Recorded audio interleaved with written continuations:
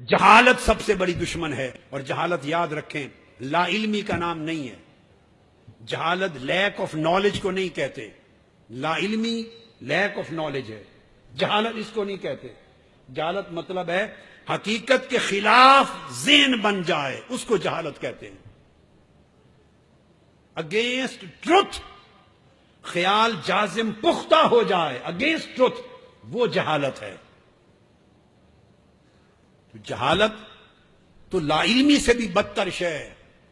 ہماری سوسائٹی آدھی لا علمی کے اندھیرے میں ڈوبی ہوئی، آدھی جہالت کے علم میں اندھیرے میں ڈوبی ہے۔ یعنی حق کے خلاف ذہن پختہ ہو جائے، ذہن کی اس کیفیت کو، اس تصور کو جہالت کہتے ہیں۔ یعنی کوئی دن کو رات سمجھنے لگے، یہ جہالت ہے۔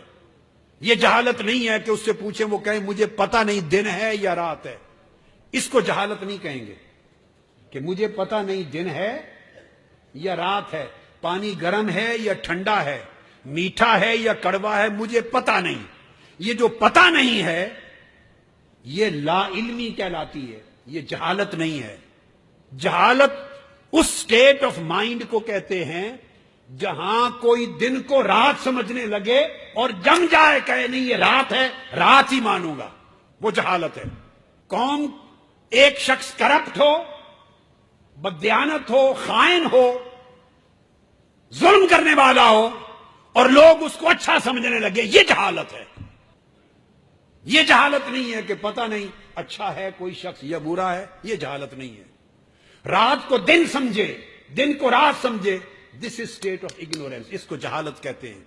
اور اگر کوئی اس سے نکل آئے تو تردد میں آ جائے، if he is confused، تردد میں آ جائے، پہلے تھا ذہن پختہ، جم گیا تھا، دن کو رات کہنے پر یا رات کو دن کہنے پر، میٹھے کو کڑوا کہنے پر، کڑوے کو میٹھا سمجھنے پر، سخت کو نرم سمجھنے پر، نرم کو سخت سمجھنے پر ذہن جم گیا تھا، وہ جہالت تھی۔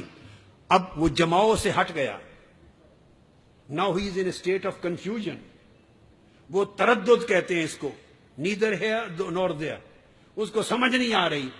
تو تردد میں اگر وہ 50-50 ہو جائے، بالکل مڈل میں، آدھا ادھر آدھا ادھر، نہ دن کا اقرار کرے نہ رات کا اقرار کرے، تردد کے سینٹر میں آ جائے تو اس کو شک کہتے ہیں، ڈاؤٹ، اس کو ریب کہتے ہیں، شک۔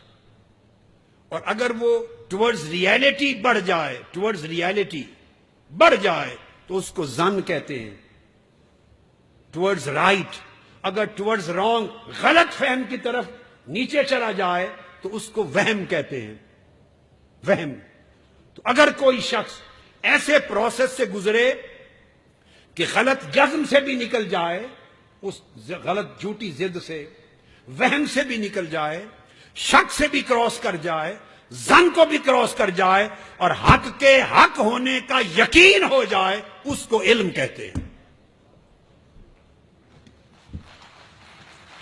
تو جب حق کی پہچان ہو، اس کی معرفت ہو، اور اس کے حق ہونے کا یقین ہو، جب علم یقین میں بدلتا ہے، انڈرسٹینڈنگ آپ کی یقین میں، اویئرنیس یقین میں بدلتی ہے، اس کو علم کہتے ہیں۔ اس لیے علم مردہ کو زندہ کرتا ہے، بے شعور کو شعور دیتا ہے، اندھے کو آنکھ دیتا ہے، اس کے اندر تحرک پیدا کرتا ہے، عزم پیدا کرتا ہے، اسے منزل کی طرف چلنے کا عزم دیتا ہے، اور وہ سوسائٹی میں کچھ نہ کچھ پروڈیوس کرتا ہے۔